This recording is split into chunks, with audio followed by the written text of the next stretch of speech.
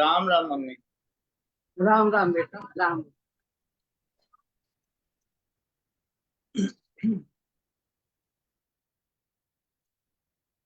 श्री राम। गुरुर्ब्रह्मा गुरुर्विष्णु गुरुर्देवो महेश्वरा, गुरु साक्षात् परब्रह्म तस्मै श्री गुरुवे नमः। Ram Ram to everybody joining this session. I am at 5th chapter of Srimad Bhagavad Gita, Karma Sannyas Yoga, verse number 27.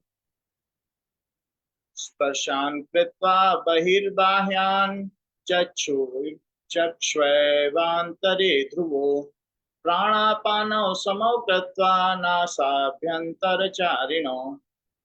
Lord Krishna says that there are other kind of devotees who are not indulged in external duties. They have renunciated from social duties. जिन्होंने सामाजिक क्रियाकलापों का त्याग कर दिया है, they have renunciated the social duties and now are completely submitted to God. How they meditate us? So what they do, Lord Krishna says that sparshan kratva bahirbahyan. They are only touching the external objects from outside. वे बाहर की वस्तुओं को, सांसारिक वस्तुओं को सिर्फ बाहर बाहर से ही छूते हैं.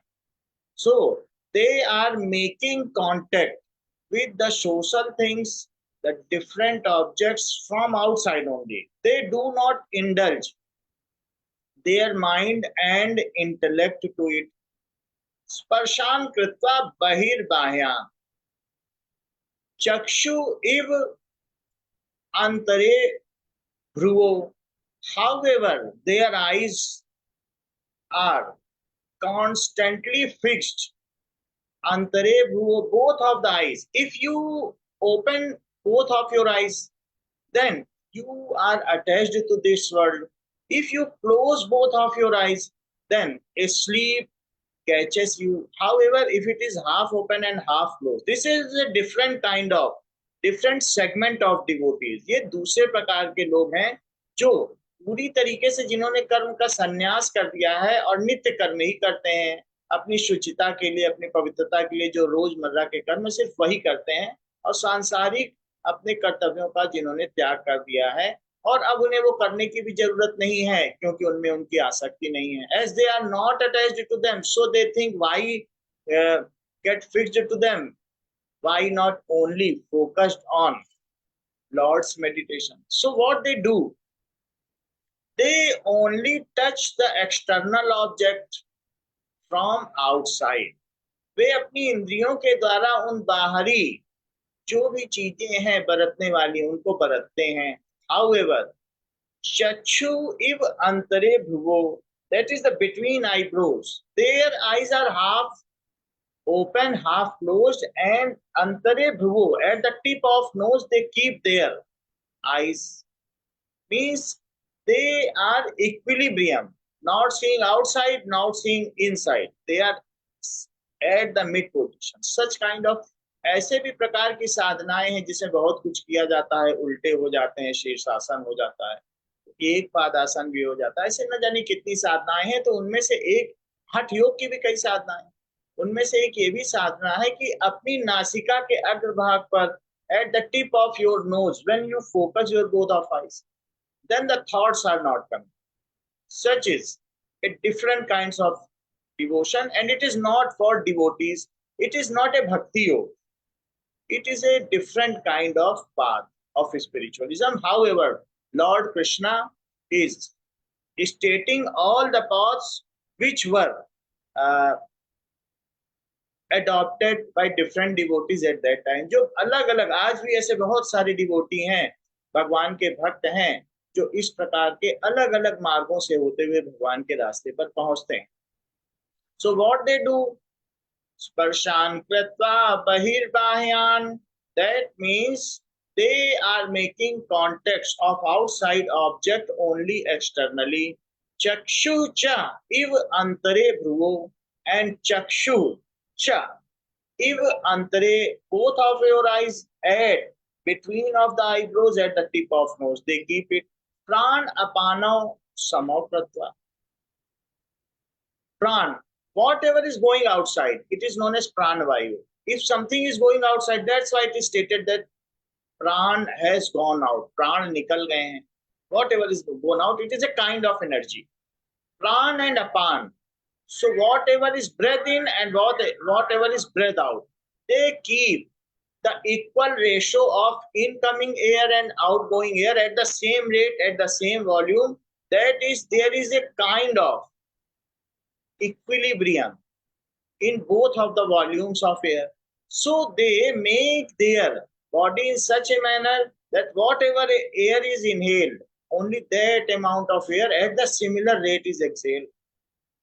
So pran apanav samav kritva nasabhi antah char, that whatever air is coming from nostrils, जो उनके नथुनों से, जो नाक के छेद से जो भी हवा आती जाती है, उसमें वो ध्यान लगाकर.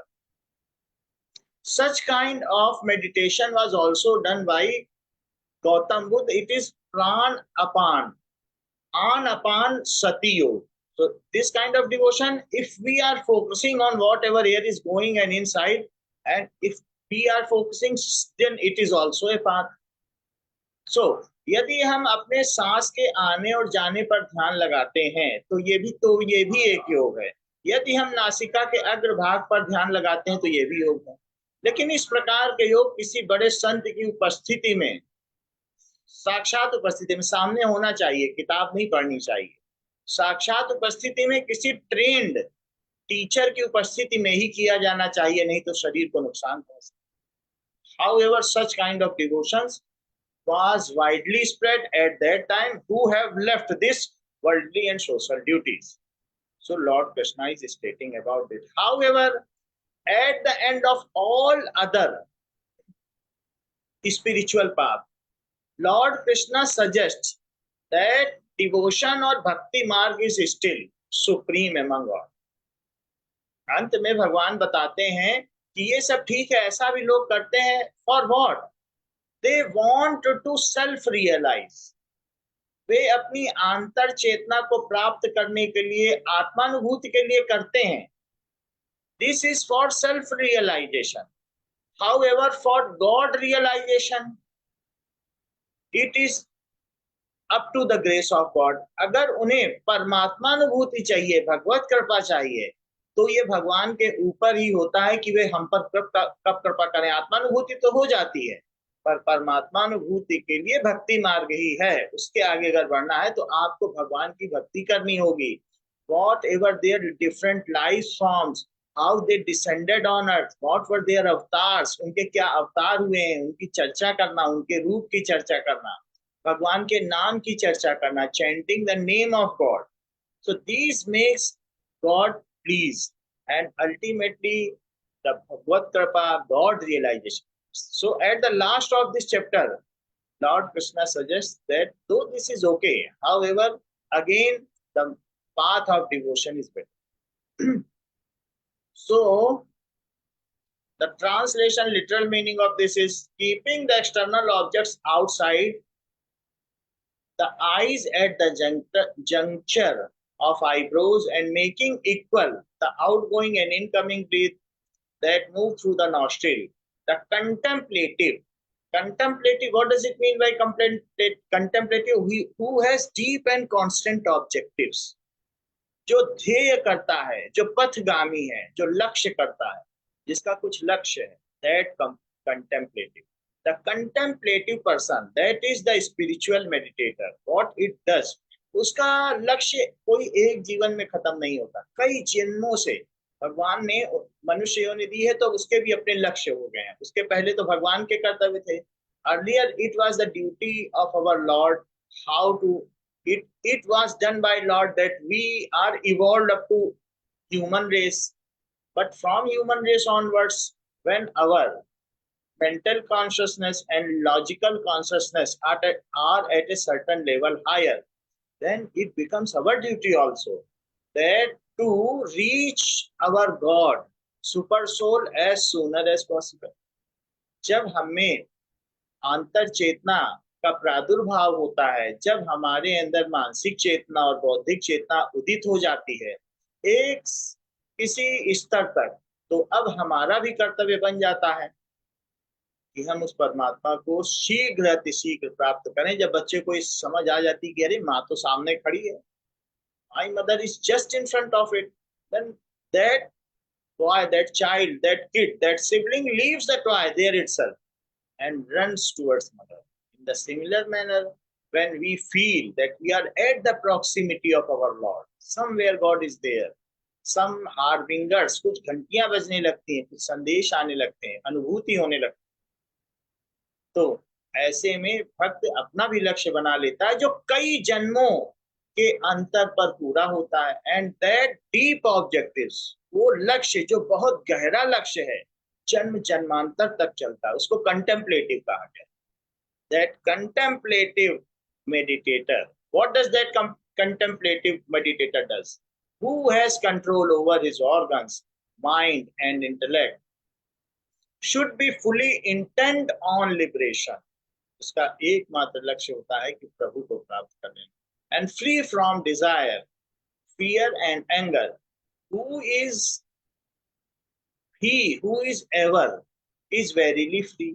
जो मुक्त अवस्था में रहता है उसके बारे में कहा गया है, that person. Whatever is stated in this is in the next verse. Let me discuss it. Often renunciants are more inclined toward Antar Yoga or Hatha Yoga along with their practice of asceticism. It is there. Hatha Yoga, when they are doing it, meditation, that until I will not achieve the light of God, till then I will do this. I will sit on this hard concrete, or I will stand on one leg, or anything. I will stand on hand, Shirshasana, and anything, any kind of Hatha Yoga is there. Or I will eat or drink this, or I will eat nothing. I will do fasting. So there are many kinds of Hatha Yoga. It is restraining our body to get God. This is a kind of yoga. Now, their extreme detachment makes them disinterested in the path of devotion.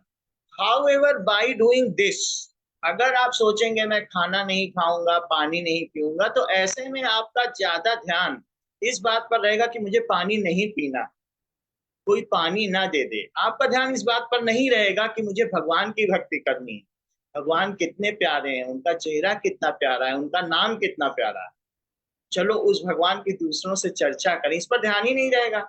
आपने तो हट कर रखा है, जैसे एक बच्चा हट कर रखता है कि हमें ये खिलौना चाहिए, तो अगर उसका ध्यान खिलौने से हटेगा तो माँ फिर खिलौना नहीं देगी, तो उसको खिलौने पर तो ध्यान रखना ही है। अब उसका ध्यान माँ से हट के खिलौने पर आ गया है, उसका हट इस बात को लेकर के है कि उसने एक प्रण बना रखा है, उसका अपना संकल्प है। It is the determination, I have not to it. But a devotee, a real devotee has no such determination. जो भक्त होता है वो संकल्प रहित होता है। करन करावन आपे आप नानक के कछु नहीं, उसका अपना संकल्प होता ही नहीं है, भगवान जो चाहे वो करा ले। लेकिन हठ योग में भक्त एक संकल्प रखता है जो आत्मशक्ति से रखता है, और उससे वो परमात्म शक्ति को प्राप्त कर लेना चाहता है। बट भगवान यहाँ कहते हैं that person may self realize by this path. God realization cannot be achieved by doing Hatha Yoga. Now, which requires meditation on the names, forms, pastimes, and abodes of God. If somebody wants God realization, then what is desired?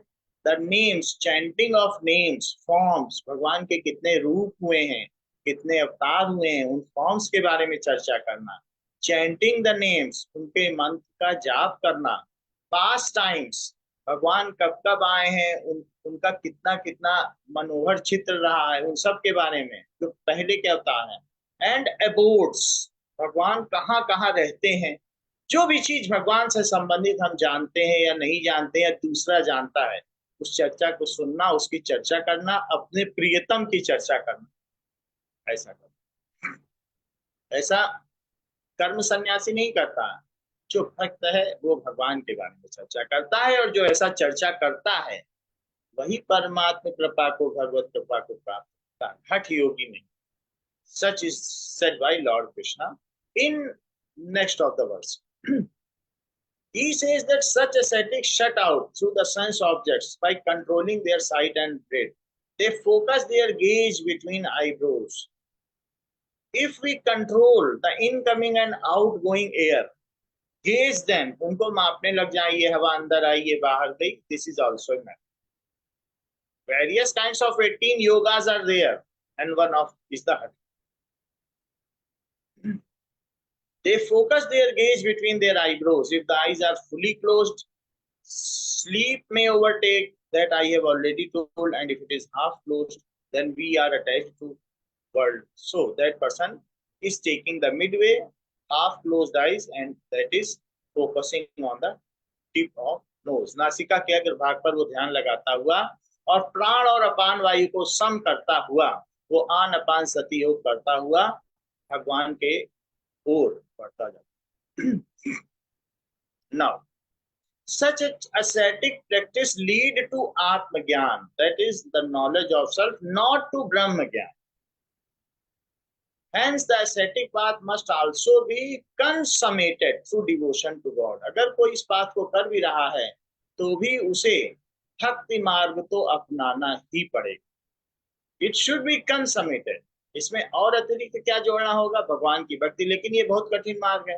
हम हठ योग भी करें, नहीं नहीं हमें तो यही चाहिए, ऐसे हम तो यही करेंगे, और फिर सोचें, तो ये कोई भगवान को समर्पण नहीं हुआ, ये अधूरा समर्पण है। और अगर हम अधूरा समर्पण करें, अपनी मन मर्जी चलाएं, तो क्या भगवान प्रसन्न होंगे? उन्होंने कृपा करके इतना प्यारा शरीर दिया है। एंड कर्षयंत शरीरम, या जो इस शरीर को कष्ट देता है वो मुझे ही कष्ट देता है, भगवान ने गीता में कहा है। तो भगवान के दिया हुआ शरीर है, इतना अच्छा शरीर है, इससे हम आनंद पाए, उन्हीं की प्रकृति है, उस प्रकृति की वस्तुओं से आनंद पाए, और उस कृपा का जो हमें आनंद मिल रहा है सोचें कि भगवान ने हम पर, so that if we are keeping every enjoyment, the final enjoyer is Lord. अंतिम भोग करता भगवान ही है। Now, the next verse is 5.28. यतेन्द्रिय मनोबुद्धि मुनिर मोक्ष परायण विगते इच्छा भय क्रोधो यह सदा मुक्त एव सः। यत इंद्रिय मनः बुद्धि, whose all the senses, whatever senses are there, mana buddhi, muni moksha parayana, yat controlled, whose indriya mana and buddhi, जिसकी इंद्रियां मन और बुद्धि संयमित हैं। It is not that moving freely through the world. It is confined, it is focused. Their voyage is inner self. उनकी अंतर यात्रा है, वो बहिर्गमन नहीं करते, बाहरी लक्ष्य जो कि क्षण भंगुर है उनकी प्राप्ति में वे समय नहीं बिताते। Whose senses, yat indriya manah buddhi, yat that means control. Muni moksha parayana, such kind of sage is moksha parayana, that is dedicated for liberation. मोक्ष के परायण है ऐसा मुनि, ऐसा साधु जिसकी मन बुद्धि और इंद्रियां संयमित हैं और मोक्ष के लिए जीता है। Whose ultimate goal is liberation.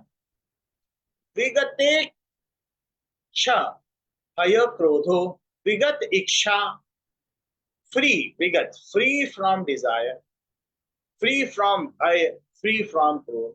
Who is free from desire? Now no more desire is there. Whatever our Lord does, that is accepted to me. Now, भक्त दुलारे राम के जित चाहे तित जाएं, तिनके पीछे हरि फिरें, कहीं भूखे ना रह। So such kind of saint who are devoted to God, even they do not care for their hunger, care for their body. They are not, if at the extreme stage, they are only devotee, moving here and there, and even in forests, like Chaitanya Mahaprabhu has gone to jungle in front of one. They are not worried about it. They are not caring for it. However, Lord cares for them. So that is Vigat Iksha Bhaya Krodho. They even do not desire that somebody become devotee of God. They are simply moving and dancing for the God. They are completely submerged, submitted to God. So what kind of desire else they have? उनकी कोई इच्छा नहीं होती, उनमें कोई भय नहीं होता, और ना ही उनमें कोई क्रोध होता है। जब संकल्प ही नहीं होगा तो क्रोध कहां से होगा? संकल्प के पूरा न होने पर, इच्छा के पूरा न होने पर क्रोध होता है। तो यहाँ पर अगर इच्छा नहीं है, इच्छा होगी तो उसकी पूर्ति हो पाएगी कि नहीं हो पाएगी, इसका भय भी बना रहेगा। न पूरा होने पर क्रोध भी होगा। But such kind of says, जिसकी इंद्रियां, मन और बुद्धि संयमित है, उसको न इच्छा होती है, न भय होता है, न क्रोध होता है। Such sage is free from desire, free from fear, free from anger. यह सदा मुक्त एव च, and that person sada always liberated, iv cha, said that person is always liberated. So what is the symptom, what is the sign, what are the attributes or virtue of the person who is ever free? दुनिया में हूं, दुनिया का तलबगार नहीं हूं, बाजार से गुजरा हूं पर खरीदार नहीं। We are moving here and there, roaming here and there, but there is no desire that this should be fulfilled, that should be fulfilled in this bubble world. तो बुलबुले की इच्छा नहीं होती कि ये भी हो जाए इससे पहले कि हम नष्ट। वो जानता है कि वो सागर का ही रूप है और सागर का ही मैनिफेस्टेशन, उसी का ही सिर्फ पसारा मात्र है। हम परमात्मा का पसारा मात्र हैं। हम परमात्मा रूपी सागर में उठे हुए बुलबुले हैं। अंततः हम परमात्मा ही हैं, परमात्मा का ही विस्तार है। तो हमारी अपनी कोई निजी इच्छा नहीं होती। जैसे परमात्मा, the God, that is the super soul, has no any desire, though everything is proliferating by him only. However, there is no a goal of Paramatma. Similarly, the Atman, when we know deeply that we are a part and parcel of Paramatma or super soul, then there is no desire, and that person is liberated. Sa sada mukta evcha, is liberated ever.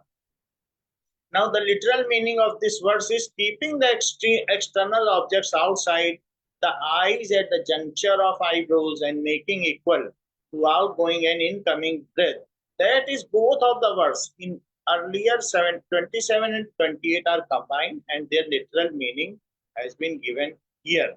जिसका बाहरी संसारों से पूरी तरीके से छुटकारा हो चुका है, निसर्ग हो चुका है, जिसकी आंखें उसके भ्रू मध्य में नासिका के अग्रभाग पर केंद्रित हैं, और जिसने प्राण और अपान वायु को सम करके contemplative, the contemplative who has control over his organ, mind and intellect should be fully intent on liberation and free from desire. ऐसे व्यक्ति को जिसका कि अपनी इंद्रिय मन बुद्धि पर नियंत्रण है और जो स्वतंत्रता के लिए अपने को परमात्मा में विलय करने के लिए पूरी तरीके से लगा हुआ है, free from Dzire, fear and anger, जिसमें इच्छा है और क्रोध का अभाव है, he who is ever is verily free, वो सदैव ही मुक्त ही है।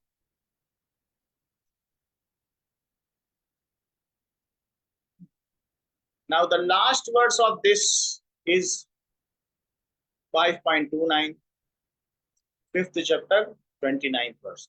भोक्तारं यज्ञ तपसां सर्वलोक महेश्वरं सुहृदं सर्वभूतानां ज्ञात्वा मां शांतिं रक्षति।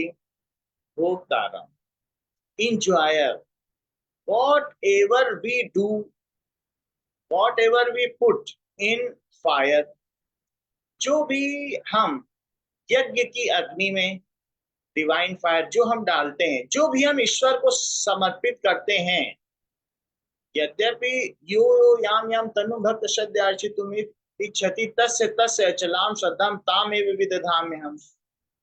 जो जिस जिस देवता को जिस भांति से पूछता है, तो वी पुट एनीथिंग इन यज्ञ कुंड, और that is the divine fire. We are putting something, we are putting havi, we are putting samvidha, we are putting in that divine fire. तो जो भी हम अग्नि में समर्पित करते हैं, जो यज्ञ करते हैं, जो दान देते हैं, दान भी यज्ञ, जो सेवा करते हैं, सेवा भी यज्ञ. Anything we do or offer in any manner to any of deity, जो भी हम किसी भी देवता को स्थूल या सूक्ष्म रूप से, मन से भी दान होता है, हरि अर्पण, मन से भी, मन से बुद्धि से भी दान होता है, अपनी बुद्धि को समर्पित करते हैं. एनीथिंग भी, और anything which is material objects, जो सांसारिक चीजें, उनका भी दान होता है, अग्नि में डाल दिया, या किसी को दान भी दे, सेवा का भी दान. जो भी हम दान जिस चीज को करते हैं, जरूरी नहीं है कि हम भगवान को करें, उसका सबसे बड़ा भोक्ता भगवान ही है. That is the Lord is ultimate enjoyer. ऐसा जो जानता है, ये सब उसी भगवान को जानता है. भोक्तारम यज्ञ तपसाम, so that is whatever sacrifices are done, tapsam, that is austerities are sacrificed. जो चीज हम दे देते हैं यज्ञ, that anything which is sacrificed is yajna. Yajna, it means a sacrifice. What we can sacrifice with a pious mind, with a pious intellect. जब हम शुद्ध मन, शुद्ध बुद्धि के द्वारा जब कुछ चीज देते हैं, वही यज्ञ है. खराब मन या भेद वाली बुद्धि या कुटिल बुद्धि नहीं, पवित्र मन से कि भगवान को जाए, शुचिता के साथ, वो यज्ञ होता है. So that with pious mind whatever austerities are sacrificed, उसका मैं भोगता हूं. भोक्तारम यज्ञ तपसाम. If anything, any services are attributed, any kind of dan is given, whatever is given to somebody, any help is given, or whatever is samvidha is put in fire, I am only bhoktaram, I am enjoyer of it. Sarvalok Maheshwaram, and I am only Maheshwar, Maheshwar, the supreme lord of all the abodes. Either it is higher abode, either it is lower abode, or either it is on earth. I am only the supreme lord of all the abode. जहां जहां जो भी लोग रहते हैं, उनका महान ईश्वर, supreme Lord मैं ही हूं. सुहृदम, I am benevolent and well wisher. सभी का सुहृद करने वाला हूं, वेल विशर हूं. मैं सबका अच्छा चाहता हूं. दो लोग लड़ रहे हैं तो उनमें दोनों का ही भला हो, ऐसा मैं रास्ता में. सुहृदम सर्वभूतानां, all of the living beings, I am Suhradam, the selfless friend. I do not want anything from any of them. मैं उन दोनों में से जो आपस में इंटरेक्ट कर रहे हैं, आपस में बरत रहे हैं, किसी से कुछ चाहता नहीं हूं, लेकिन दोनों का भला चाहे. सुहृदम, दैट इज बिना किसी शर्त के मैं उनका भला चाहता हूं. Without any conditionless, selfless love. I am the lover of, I am wanting welfare of them. Suhradam sarvabhutanam, who knows this? That I am Suhradam, who knows this? I am Bhoktaram, who knows this? सर्वलोक महेश्वरम, जो ये जानता है कि मैं सभी लोगों का महेश्वर है, जो ये जानता है कि मैं परम भोक्ता हूं, सभी यज्ञ मुझ में ही जाते हैं, जो ये जानता है कि मैं सबका सुहृद हूं. ज्ञात्वा, जो ये जान जाता है, माम, ऐसा, शांतिम रिक्षति, रिक्षति, शांतिम रिक्षति, दैट अटेन्स शांतिम, दैट अटेन्स पीस, उसे वो शांति को प्राप्त होता है. One attains peace by knowing me, who the great lord of all the worlds, am the enjoyer of sacrifice. And austerities, सभी प्रकार की भक्तियों का मैं ही इंजॉयर हूँ और सेक्रीफाइस का भी। Who am the friend of all the creatures. The ascetic sadhana explained in the previous two verses. One can lead to Atma Gyan, but Brahma Gyan, that is the knowledge or realization of what requires the grace of God, who which comes through devotion. जो मुझे भगवान को ये जान लेगा कि भगवान कितने कृपालु हैं, कितने दयालु हैं, सबके वो उनका फिर भक्ति किए बिना नहीं रह सकता। तो वो भगवान की ही बात करेगा, सारी चीजें छोड़कर, अपना हट छोड़कर, माँ कितनी दयालु है, माँ कितनों को ना बता दें। That kind of devotee wants to tell, anxious to tell everybody how kind our mother is. Please listen, how kind our mother. वो सबको बताएगा मेरी माँ कितनी अच्छी, देखो सबसे दयालु है, ऐसा किया वैसा। That person also witness that kind of compassion day by day. उस भगवान की कृपा को वो साक्षात रोज देखता है और लोगों को बताना चाहता है कि देखो कितनी अच्छी माँ है, तुम्हारी माँ कितनी अच्छी, मेरी माँ कितनी अच्छी। So that kind of the grace of God which comes through devotion. The word Sarva Lok Maheshwaram means it is the sovereign Lord of the world. In this way, Lord emphasizes that the ascetic path is too consummated in surrender to God. Ultimately, any ascetic path, either it is कर्म संन्यास, जो लोग इस संसार के कर्तव्यों से निवृत्त होकर सिर्फ भगवान के पथ पर ही लगे रहते हैं, कहीं जाकर जंगल में, उनको भी भक्ति करनी पड़ेगी। Lord is the enjoyer of all austerities and sacrifice, as Lord is ultimate and we have to serve the Lord. We have to love the Lord to get back love of. हमें भी प्यार करना पड़ेगा, हट से कितना काम चलेगा, प्यार करेंगे तो भगवान उसके बदले कितना प्यार देंगे। Now, in his song of God, Sri Krishna beautifully, it is the Gita itself, is the song of love. सर्वोपनिषदो गावो दोग्धा गोपाल नंदना पार्थ वत्स सुधीर भोक्ता दुग्धम गीतामृतम. This Gita itself is the song of God. ये भगवान के द्वारा गीता गाई गई है. It is sung by Lord Krishna. In this song of God, Sri Krishna beautifully includes all the genuine paths of spiritual practices.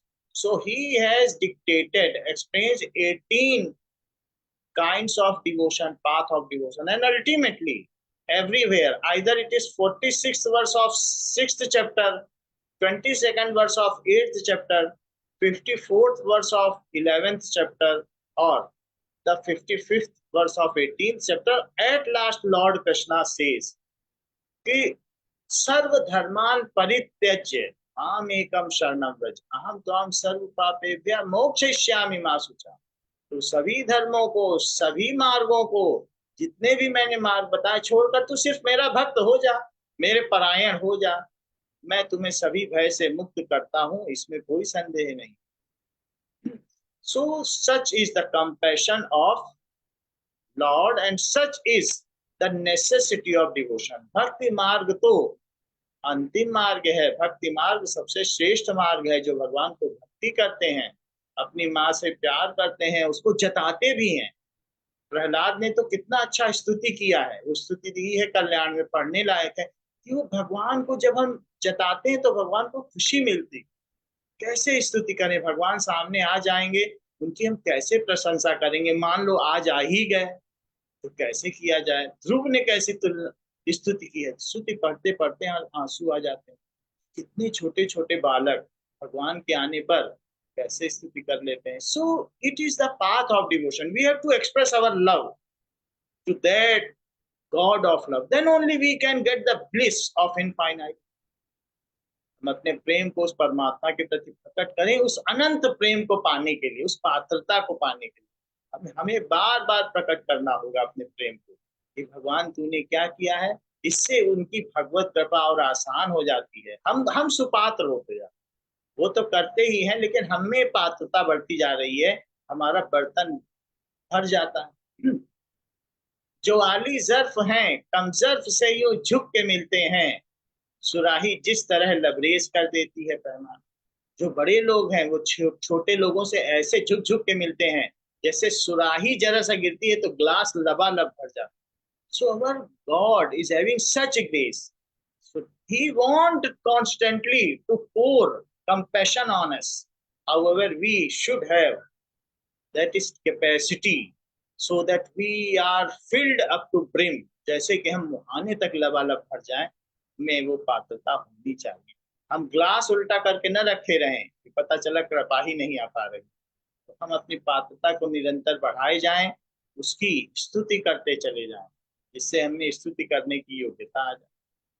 Now let me recite a bhajan. Anybody else is there want to recite? Okay, let me recite a bhajan.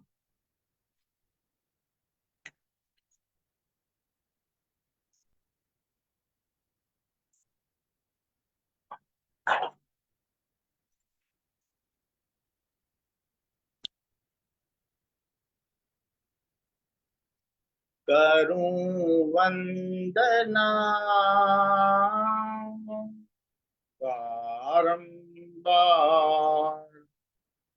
होय सार्थक जीवन अपना, होय सार्थक जीवन अपना, उर उपजे प्रभु प्रीत पार, करूं वंदना बारंबार। राम नाम का सोता फूटे, राम नाम का सोता फूटे, राम राम की छरे पुहार, करूं वंदना बारंबार। सोता सिंह जगे मन वन में, सोता सिंह जगे मन वन में, भागे पशुवत विषय विकार, करूं वंदना बारंबार।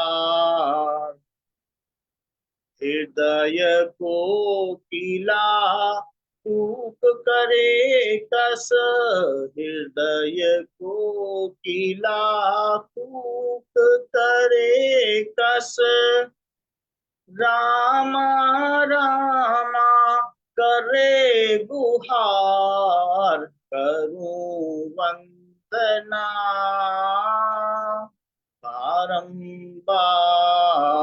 सरगम निकले रोम रोम से, सरगम निकले रोम रोम से, रामा रामा बजे मल्हार, करूं वंदना बारंबार। राम रूप कण कण में देखूं, राम रूप कण कण में देखूं, करूं सभी से पावन प्यार, करूं वंदना बारंबार। नाते नेह राम के न्याते, नाते नेह राम के नाते, मानू ममता मोह विसार, करूं वंदना बारंबार। देखूं सुनूं गुनूं निज अवगुण, देखूं सुनूं गुनूं निज अवगुण, औरन के गुण हरष निहार, करूं वंदना बारंबार। सर्वे भवन्तु सुखिनः, सर्वे सन्तु निरामयाः, सर्वे भद्राणि पश्यन्तु, मा कश्चित् दुःखात् भवेत्।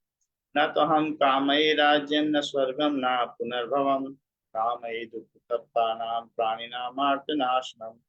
स्वदिष्टं भवतु गोविन्द, स्वदिष्टं भवतु गोविन्द, नत्मदिष्टं पाहि मां, पाहि रक्ष रक्ष।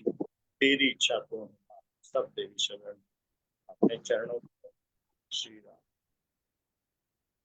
राम राम से कुमार। राम राम मम्मी, राम राम।